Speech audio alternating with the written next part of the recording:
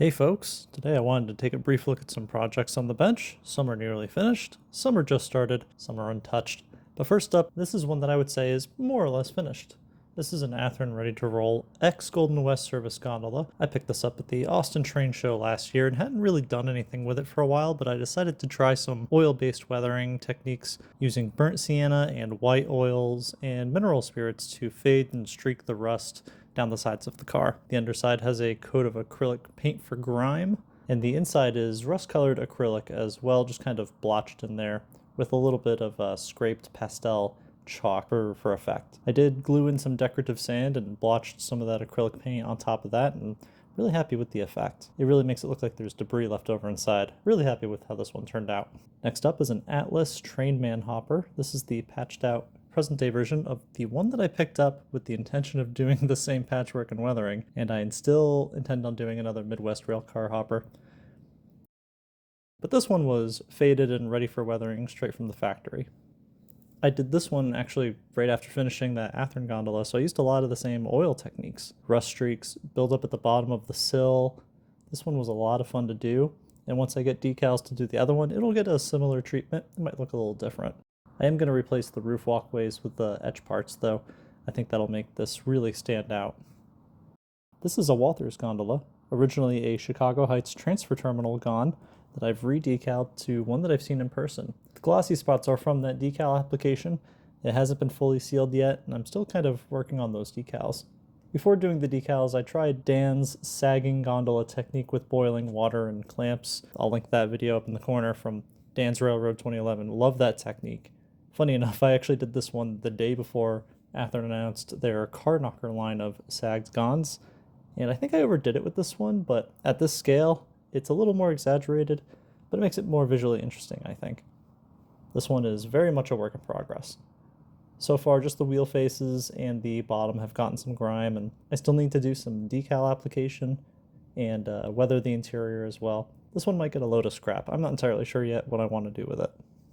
This is a Proto 2K GP38-2 I picked up at the Houston Train Show last year, the year before, not sure. It was a Conrail unit, and since I don't have much need for a Conrail Jeep, I've been turning it into a GMTX leaser unit. It is still in a high shine gloss from the decal application, but it has its cab name and numbers, and the sill stripe, and some warning labels have been added to the side to try to match the actual 2657. The front pilot has ditch lights from Wallace Locomotive Works. These are resin 3D printed parts that I'm really happy with.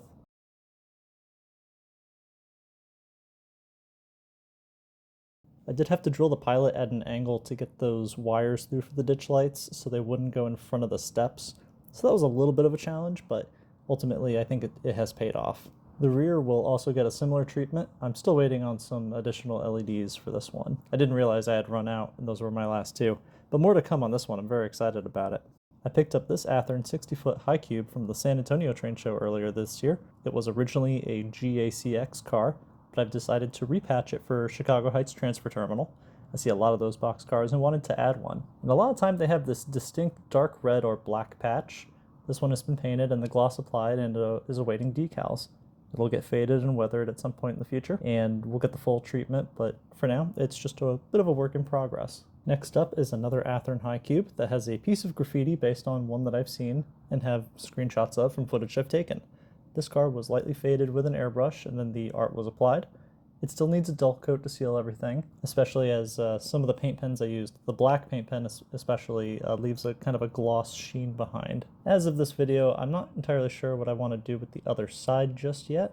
I do have a folder with tons of boxcar and T-box images with a lot of inspiration, but I haven't really settled on anything just yet. The early Athearn Genesis SD75M is progressing now that I have some requisite parts on the bench. As much as I dislike white metal castings, I'm using the Details West SD70 kit to enhance the model a little bit. Now, I'll admit I made a huge mistake when buying the BNSF version of the SD75M for this project. Unlike the Santa Fe version of this model, the BNSF version has the headlight on the nose. The Santa Fe version has the headlight above the cab. And because the Progress Rail lease units are ex-Santa Fe and not ex-BNSF, they have the headlight above the cab. This was something so simple that I should have noticed, but it really didn't register, so rather than stopping and buying the correct version Like I probably should have in the first place, I decided to try my hand at fully converting the cab and plating over the nose headlight, and I've cut and carved away a flattened area for the cab headlight, and there's a Details Associates piece with the bottom visors specifically that will act as the headlights for this locomotive. The trucks are getting their sanding lines and the brake detail will be next. With the chassis, I'm thinking about putting two speakers in this one at the back and a smaller one just behind the cab. The sill has had some sander lines and the bell installed and some other details. It's coming together. I think this will look really nice. I'm probably going to permanently mount this to the chassis when all is said and done.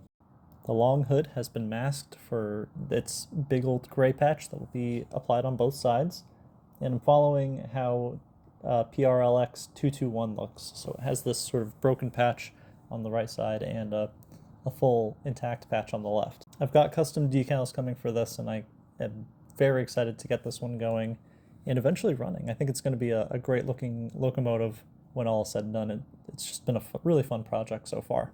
This here is an Athearn BKTY 50-foot boxcar. I see these all the time, and for my recent birthday, I decided to treat myself to not one, but 3 of these. Athearn sells these in a 3-pack, and I decided, why not?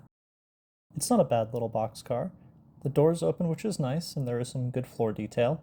I think the underframe is a little basic in detail. There's not a whole lot going on underneath there, and the handrails are bolted on, which doesn't look super great. But for $22 per car, I suppose it's not all that bad. These will be getting a full fading and weathering treatment eventually, and one of them, maybe 2 of them, will be getting some heavy graffiti. I'm still looking at all my footage to pull out examples and inspiration, and maybe see if I can find any that match these particular road numbers. That might be pretty cool. Lastly, we have a new pickup, a Rapido 5820 undecorated hopper. I actually kind of won this in a raffle, sort of, at a recent club meeting, which was neat. Being undecorated, you get all the parts to make every single version of this car with different options, but you do have to install everything yourself. All the brake detail, the hatches, the grab irons, the end ladders, and all that stuff. But this will be a fun project, I think. The car is really nice. The etch walkways on top are very fine. I am looking at my own footage to see if I have any examples of an ex-Procore hopper that has come through my area, but as far as I understand, they are pretty rare. I know these cars have been out for a while, but I like it a lot. I think it's really cool. But yeah, I'll show more of this once it's all finished. Well, that'll do it for now. Thank you so much for tuning in, and I'll see you in the next one.